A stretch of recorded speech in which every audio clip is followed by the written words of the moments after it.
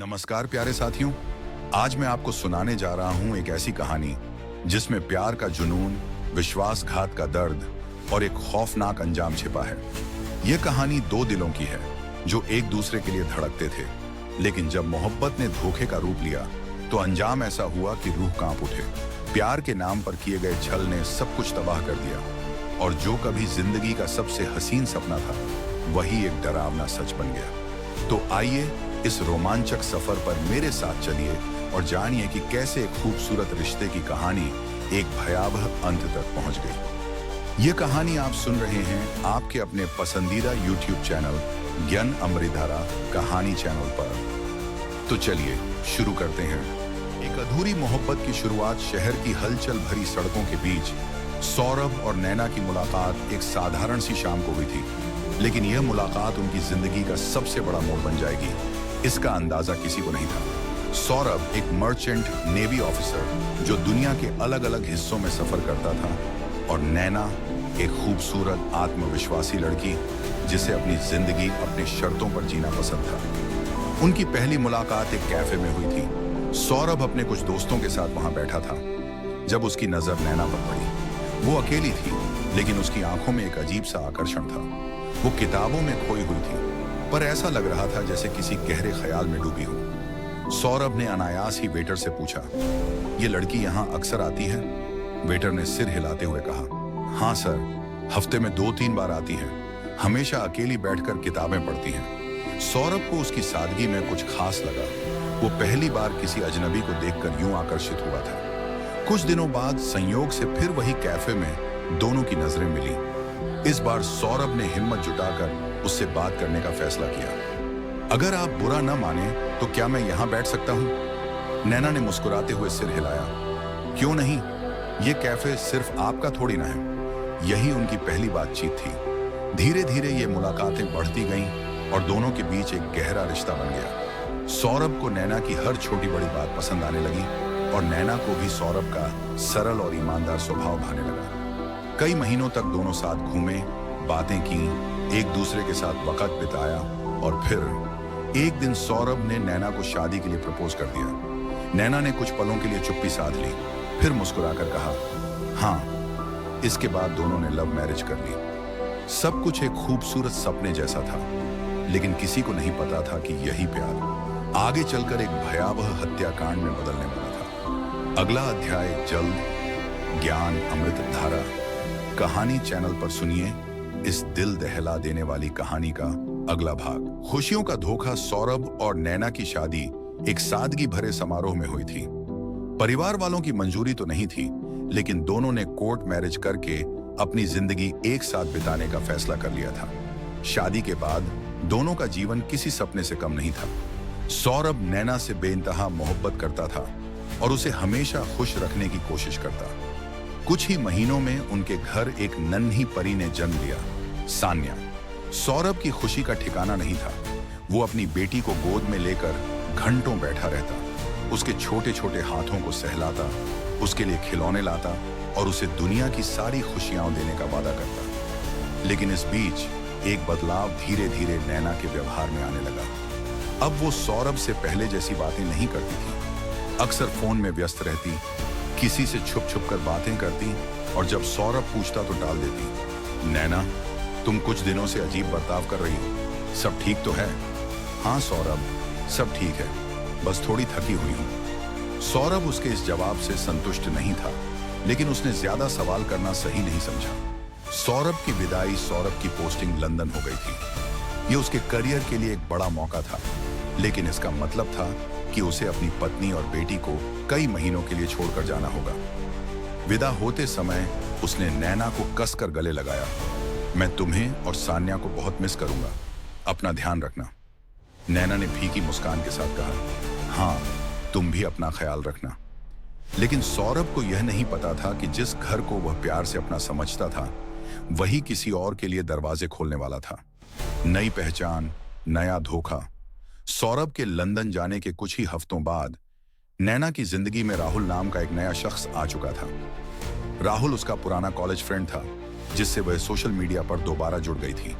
धीरे धीरे मुलाकातें बढ़ीं और रिश्ते गहरे होते गए। नैना अब सौरभ से सिर्फ औपचारिक बातें करती थी। सब ठीक है, सान्या ठीक है, घर में सब कुछ नॉर्मल है, ऐसे जवाब देकर वो बात खत्म कर देती। सौरभ को कुछ अजीब तो लग रहा था, लेकिन वो अपने काम में इतना व्यस्त था कि ज्यादा ध्यान नहीं दे पाया। उसे बस नैना की कही बातों पर भरोसा था, लेकिन ये भरोसा जल्द ही चकनाचूर होने वाला था। अगला अध्याय जल्द। ज्ञान अमृतधारा कहानी चैनल पर सुनिए इस दिल दहला देने वाली कहानी का अगला भाग। साजिश की शुरुआत सौरभ के लंदन जाने के बाद नैना और राहुल के रिश्ते में और गहराई आने लगी। अब वे लगभग हर रोज मिलते थे। नैना अपनी शादीशुदा जिंदगी को एक बोझ की तरह महसूस करने लगी थी। उसे सौरभ की ईमानदारी और प्यार में अब कोई दिलचस्पी नहीं थी। राहुल एक तेज तर्रार इंसान था जो सिर्फ अपने फायदे की सोचता था। उसे नैना की खूबसूरती और उसके पैसे से मतलब था। दोनों अक्सर शहर के महंगे होटलों और रिसोर्ट्स में समय बिताते, जहां वे खुद को एक शादीशुदा जोड़ा बताते थे। इसी दौरान सौरभ का जन्मदिन आने वाला था और उसने नैना को सरप्राइज देने के लिए बिना बताए भारत लौटने का फैसला किया। नैना की बेचैनी रात के करीब 10 बज रहे थे। नैना और राहुल अपने पसंदीदा कैफे में बैठे थे। अचानक नैना का फोन बजा। सौरभ का कॉल था। हाय नैना, कैसी हो? तुम्हें एक सरप्राइज देना है। सरप्राइज? क्या? नैना के चेहरे का रंग अचानक उड़ गया। मैं कल सुबह तुम्हारे पास आ रहा हूं। तुम्हारे बिना अब और रहा नहीं जाता। मैं तुम्हारे लिए बहुत सारे गिफ्ट्स लेकर आ रहा हूं। नैना के हाथ से फोन गिरते गिरते बचा। राहुल ने उसके चेहरे पर चिंता के भाव देख लिए थे। क्या हुआ? उसने धीमे से पूछा। सौरभ कल आ रहा है। राहुल ने कुछ देर सोचा, फिर उसकी आंखों में एक खतरनाक चमक आ गई।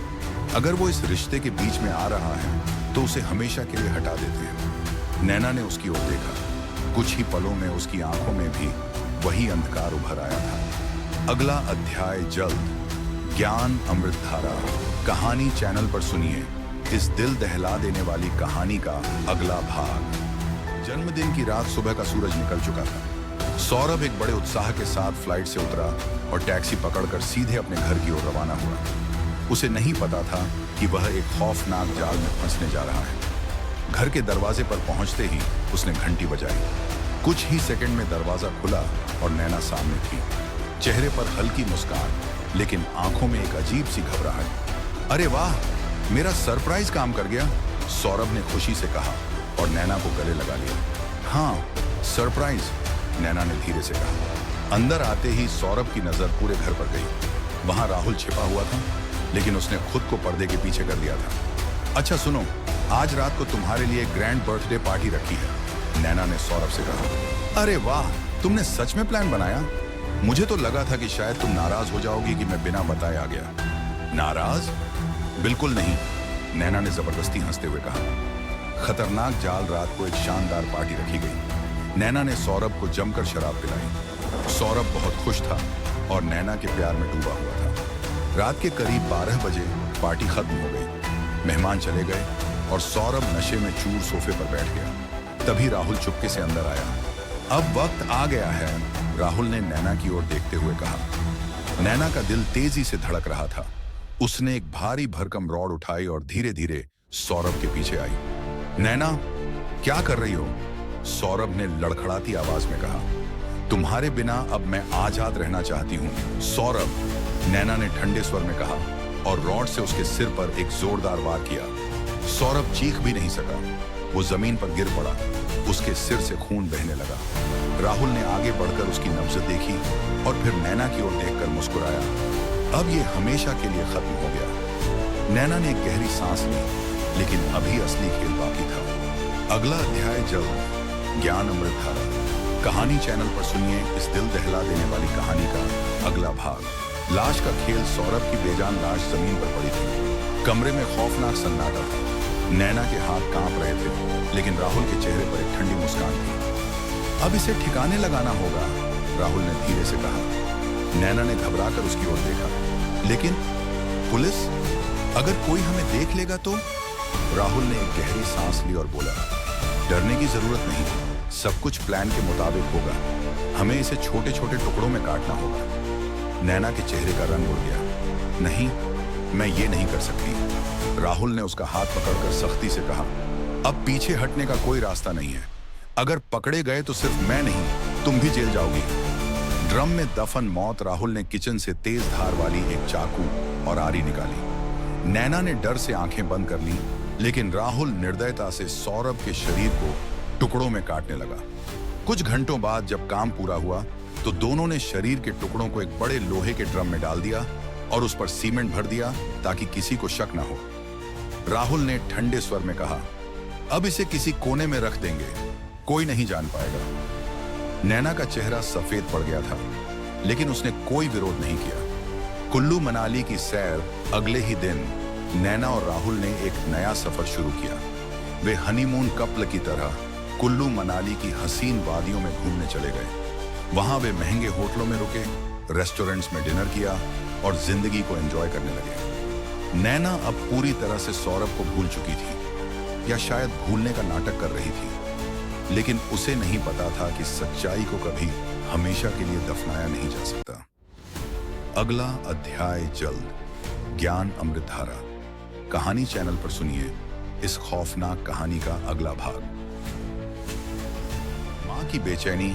नैना और राहुल तो कुल्लू मनाली में अपनी नई जिंदगी का आनंद ले रहे थे, लेकिन सौरभ की मां शकुंतला देवी पूरी तरह बेचैन थी। उन्हें कई दिनों से अपने बेटे से कोई खबर नहीं मिली थी। हर रोज फोन करती, लेकिन कोई जवाब नहीं। पहली गुमशुदगी की रिपोर्ट आखिरकार शकुंतला देवी थाने पहुंची। साहब, मेरा बेटा कई दिनों से लापता है। वह लंदन से आया था, लेकिन उसके बाद से उससे कोई संपर्क नहीं हो रहा। पुलिस अधिकारी ने रजिस्टर में नाम दर्ज किया। आपकी बहू से बात हुई? हाँ, मैंने कई बार नैना से पूछा, लेकिन वो बस टाल देती है। कहती है कि सौरभ काम से बाहर गया है। पर मुझे यकीन नहीं। शकुंतला देवी की आवाज कांप रही थी। पुलिस को भी थोड़ा शक हुआ और उन्होंने नैना के घर जाने का फैसला किया। ड्रम का राज जब पुलिस नैना के घर पहुंची तो वहां गहरा सन्नाटा था। दरवाजा खोलने के बाद पुलिस ने अंदर तलाशी ली। तभी एक बड़े लोहे के ड्रम पर नजर पड़ी जो एक कोने में रखा था और उससे हल्की बदबू आ रही थी। ये क्या है? एक पुलिस अधिकारी ने दरवाजे पर ताला डालते हुए पूछा।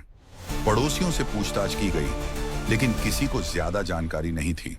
सबका कहना था कि नैना और उसका कोई दोस्त अक्सर घर आते जाते थे, लेकिन सौरभ को किसी ने नहीं देखा। नैना का झूठ। कुछ दिनों बाद नैना और राहुल कुल्लू मनाली से लौट आए। शकुंतला देवी ने बेटी से फिर सवाल किया, बता बेटी, सौरभ कहाँ है? मेरा दिल घबरा रहा है। नैना ने मुस्कुराते हुए झूठ बोला, माँ, वो बिजनेस ट्रिप पर गया है, बहुत जल्दी आ जाएगा। लेकिन शकुंतला देवी का दिल ये मानने को तैयार नहीं था। उन्हें यकीन था कि कुछ बहुत गलत हुआ है। उन्हें अंदाजा भी नहीं था कि सच क्या है, और जब सच सामने आएगा तो पूरा शहर हिल जाएगा। अगला अध्याय जल्द। ज्ञान अमृत धारा कहानी चैनल पर सुनिए इस चौंका देने वाली कहानी का अगला भाग। झूठ की दीवार दरकने लगी शकुंतला देवी को अपने बेटे की गुमशुदगी की चिंता खाई जा रही थी। मां का दिल बेचैन था और अब उन्हें यकीन हो चला था कि कुछ बहुत बड़ा अनर्थ हो चुका है। पुलिस की दोबारा पूछताछ। इस बार पुलिस ने सख्ती दिखाते हुए नैना से सीधे सीधे सवाल किए, सौरभ कहाँ है? नैना पहले तो शांत रही, लेकिन जब पुलिस ने उसके फोन की कॉल डिटेल्स निकाली तो एक सच सामने आया। एक नाम जो छुपाया गया था पुलिस को। नैना के फोन में राहुल का नंबर मिला, जिससे उसने सौरभ की हत्या वाली रात कई बार बात की थी। जब पुलिस ने राहुल को ट्रैक किया तो वह घबरा गया। ड्रम की सच्चाई। पुलिस ने एक बार फिर से घर की तलाशी ली और लोहे के उस ड्रम को जब्त कर लिया जिसमें सीमेंट भरा हुआ था। इसे तोड़ो, इंस्पेक्टर ने आदेश दिया। जैसे ही ड्रम तोड़ा गया, अंदर का दृश्य देखकर सभी के होश उड़ गए। कब्र से निकली लाश ड्रम के अंदर सौरभ के शरीर के टुकड़े थे। कटा हुआ सिर, अलग अलग हिस्सों में बांटा शरीर और खून से सना सीमेंट। ओह माय गॉड, ये तो कत्ल का केस है, एक पुलिसकर्मी ने घबरा कर कहा। शकुंतला देवी वहीं बेहोश होकर गिर पड़ी। उनका सबसे बड़ा डर अब सच बन चुका था। नैना की गिरफ्तारी। जब नैना से फिर से सख्ती से पूछताछ की गई तो वह टूट गई। हाँ, मैंने ही उसे मारा। मैं राहुल के साथ एक नई जिंदगी शुरू करना चाहती थी, नैना चिल्लाई। अब क्या होगा? अब नैना और राहुल को अदालत में पेश किया जाना था। पुलिस ने उन्हें गिरफ्तार कर लिया, लेकिन क्या उन्हें कड़ी सजा मिलेगी? क्या सौरभ को न्याय मिलेगा? अगला अध्याय जल्द। ज्ञान अमृत धारा कहानी चैनल पर सुनिए इस दिल दहला देने वाली कहानी का अगला भाग। अदालत में सच्चाई का पर्दाफाश। नैना और राहुल की गिरफ्तारी ने पूरे शहर में सनसनी फैला दी थी। हर अखबार, हर न्यूज चैनल इस केस की चर्चा कर रहा था। लोग इस जघन्य अपराध को सुनकर स्तब्ध थे। कोर्ट में पहला दिन नैना और राहुल को कड़ी सुरक्षा के बीच अदालत में पेश किया गया। कोर्ट में जैसे ही सौरभ के शव के टुकड़ों वाली तस्वीरें दिखाई गईं, वहां मौजूद लोगों की आंखों में घृणा और आक्रोश था। जज ने नैना से पूछा, क्या तुम अपना अपराध स्वीकार करती हो? नैना की आंखों में आंसू थे, लेकिन उसने चुप्पी साध ली। वह किसी तरह खुद को बचाने की कोशिश कर रही थी, लेकिन सरकारी वकील ने ठोस सबूत पेश किए। 1. सौरभ की कॉल डिटेल्स 2. राहुल और नैना के बीच हुई संदिग्ध चैट्स 3. घर से बरामद खून के निशान और ड्रम में मिली लाश। नैना का नाटक। नैना ने रोते हुए कोर्ट में कहा, मुझे फंसाया जा रहा है, मैंने सौरभ को नहीं मारा। लेकिन जज ने उसे कड़े स्वर में टोकते हुए कहा, पुलिस जांच और सबूतों से साफ है कि तुम झूठ बोल रही हो। अगर तुम सच बताना चाहती हो तो अब भी वक्त है। राहुल ने उगला, सच? नैना कुछ कहती, इससे पहले ही राहुल ने डर के मारे सच कबूल दिया। हाँ, हमने मिलकर सौरभ को मारा। मैंने उसे टुकड़ों में काटा और नैना ने मेरी मदद की। कोर्ट रूम में सन्नाटा छा गया। नैना ने घूर कर राहुल को देखा, लेकिन अब बहुत देर हो चुकी थी। मां का विलाप। सौरभ की मां शकुंतला देवी फूट फूट कर रोने लगी। मेरा बेटा तुम पर जान छिड़कता था नैना, तुमने उसे मार डाला। नैना ने शर्म से सिर झुका लिया, लेकिन अब पछताने का कोई फायदा नहीं था। फैसला क्या होगा? अब अदालत को तय करना था कि नैना और राहुल को कितनी कड़ी सजा दी जाए। क्या इन्हें फांसी होगी या उम्र कैद? आगे क्या होगा, जानने के लिए पढ़ते रहिए। अगला अध्याय जल्द। ज्ञान अमृतधारा कहानी चैनल पर सुनिए इस खौफनाक हत्याकांड की पूरी कहानी। इंसाफ की घड़ी। कोर्ट में माहौल बेहद गंभीर था। पूरा देश इस केस की कार्यवाही पर नजर गड़ाए हुए था। सौरभ की बेहरमी से की गई हत्या ने लोगों को झकझोर कर रख दिया था। फैसले से पहले की बहस। सरकारी वकील ने जज के सामने तर्क रखा, यह हत्या पूर्व नियोजित थी। नैना और राहुल ने सौरभ की हत्या के लिए पहले से ही योजना बनाई थी।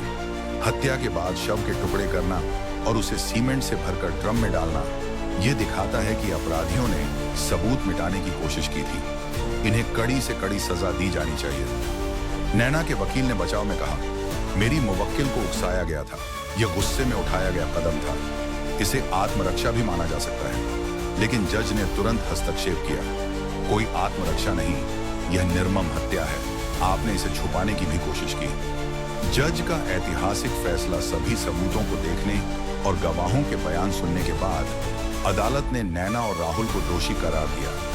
कोर्ट इस नतीजे पर पहुंची है कि नैना और राहुल ने मिलकर सौरभ की हत्या की। न्याय की खातिर अदालत इन दोनों को आजीवन कारावास की सजा सुनाती है। यह सुनते ही नैना की आंखों में आंसू आ गए, लेकिन अब पछताने का कोई फायदा नहीं था। राहुल का चेहरा भी उतर चुका था। शकुंतला देवी की आखिरी फरियाद। सौरभ की मां शकुंतला देवी अदालत में सिर झुकाकर रो रही थी। उन्होंने कहा, मेरे बेटे को इंसाफ मिल गया, लेकिन उसकी कमी हमेशा खलेगी। अखबारों की सुर्खियां अगले दिन हर जगह यही खबर थी, प्रेम, विश्वासघात और निर्मम हत्या की गूंज। नैना और राहुल को आजीवन कारावास।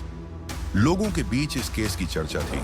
कुछ इसे सबक मान रहे थे, तो कुछ इसे प्यार की सबसे घिनौनी शक्ल बता रहे थे। अध्याय अंतिम विदाई। क्या सौरभ की आत्मा को शांति मिलेगी? जानिए अगले अध्याय में ज्ञान अमृतधारा कहानी चैनल पर सुनिए इस चौंका देने वाली अंतिम विदाई। कोर्ट का फैसला आ चुका था। नैना और राहुल को आजीवन कारावास की सजा सुनाई जा चुकी थी। लेकिन क्या यही न्याय था? क्या सौरभ की आत्मा को अब शांति मिल पाएगी? नैना का पछतावा। जेल की सलाखों के पीछे बैठी नैना अब अकेली थी। जिस राहुल के लिए उसने सौरभ का कत्ल किया था, वह भी अब उसी के साथ जेल में था। रातों को उसे सौरभ के चिल्लाने की आवाजें सुनाई देती। नैना, तुमने मेरे प्यार का यही सिला दिया। नैना चीख पड़ती, लेकिन अब कोई उसे बचाने वाला नहीं था। राहुल का हश्र। राहुल को जेल में बाकी कैदी घृणा की नजर से देखते थे। अपनी हवस के लिए तुमने एक मासूम इंसान की जान ले ली। एक दिन कुछ कैदियों ने राहुल की जमकर पिटाई कर दी। उसके शरीर पर गहरे जख्म हो गए और अब उसे समझ आ चुका था कि पाप का फल कितना भयानक होता है। शकुंतला देवी का दर्द। सौरभ की माँ शकुंतला देवी अब भी अपने बेटे की तस्वीर के सामने बैठकर रोती रहती। बेटा, मैं तुझे बचा नहीं पाई। उन्होंने सौरभ के नाम पर एक अनाथालय खोलने का फैसला किया। समाज की सच्चाई इस घटना ने पूरे शहर को झकझोर कर रख दिया था। यह सिर्फ एक हत्या की कहानी नहीं थी, बल्कि विश्वासघात, लालच और पाप के अंजाम की कहानी थी। लोगों ने इस घटना से एक सीख ली। प्यार अंधा नहीं होता, लेकिन अगर इंसान अंधा हो जाए तो वह खुद को ही बर्बाद कर देता है। अध्याय: क्या नैना सुधरेगी? क्या नैना को अपने किए पर पछतावा होगा? क्या वह जेल में प्रायश्चित करेगी? जानने के लिए पढ़िए अगले अध्याय में ज्ञान अमृत धारा कहानी चैनल पर। सुनिए इस सच्ची घटना से प्रेरित पाप का प्रायश्चित। जेल की कोठरी में बंद नैना और राहुल के लिए जिंदगी अब किसी बुरे सपने से कम नहीं थी। जिस प्यार के लिए उन्होंने सौरभ की हत्या की थी, वही प्यार अब बोझ बन चुका था। नैना का आत्म संघर्ष। रातों को नैना करवटें बदलती रहती। सौरभ की हंसी, उसकी बातें, उसकी मासूमियत, सब कुछ याद आता। एक दिन उसने जेल की महिला वार्डन से कहा, क्या मुझे मंदिर में कुछ सेवा करने का मौका मिलेगा? वार्डन ने हैरानी से पूछा, अब पछतावा हो रहा है? हाँ, नैना ने सिर झुका लिया। मैं अब अपने पापों का प्रायश्चित करना चाहती हूँ। राहुल की दुर्गति। राहुल जेल में अक्सर गुमसुम रहता। कुछ दिनों बाद उसे गंभीर बीमारी हो गई और वह कमजोर पड़ने लगा। जब जेल अधिकारियों ने उसे अस्पताल में भर्ती कराया तो डॉक्टरों ने कहा, इसका शरीर अंदर से खत्म हो चुका है, यह ज्यादा दिनों तक नहीं बचेगा। राहुल की हालत दिन ब दिन बिगड़ती गई और आखिरकार एक दिन उसने दम तोड़ दिया। शकुंतला देवी की शांति। जब शकुंतला देवी को राहुल की मौत की खबर मिली तो उन्होंने बस इतना कहा, भगवान ने न्याय कर दिया। अब वे अपना पूरा समय सौरभ के नाम पर बने अनाथालय में बच्चों की देखभाल में बिताती। कहानी का अंत: न्याय और सबक। नैना का जीवन अब पश्चाताप में बीत रहा था। उसने जेल में रहते हुए अन्य कैदियों को पढ़ाना शुरू कर दिया। वह चाहती थी कि कोई और उसकी तरफ भटक न जाए। इस पूरी घटना ने समाज को एक कड़वा सबक दिया। लालच, धोखा और पाप का अंत हमेशा बुरा होता है। इंसान को अपने कर्मों का फल एक ना एक दिन जरूर मिलता है। ज्ञान अमृत धारा कहानी चैनल पर सुनिए ऐसी ही और सच्ची घटनाओं से प्रेरित कहानियां।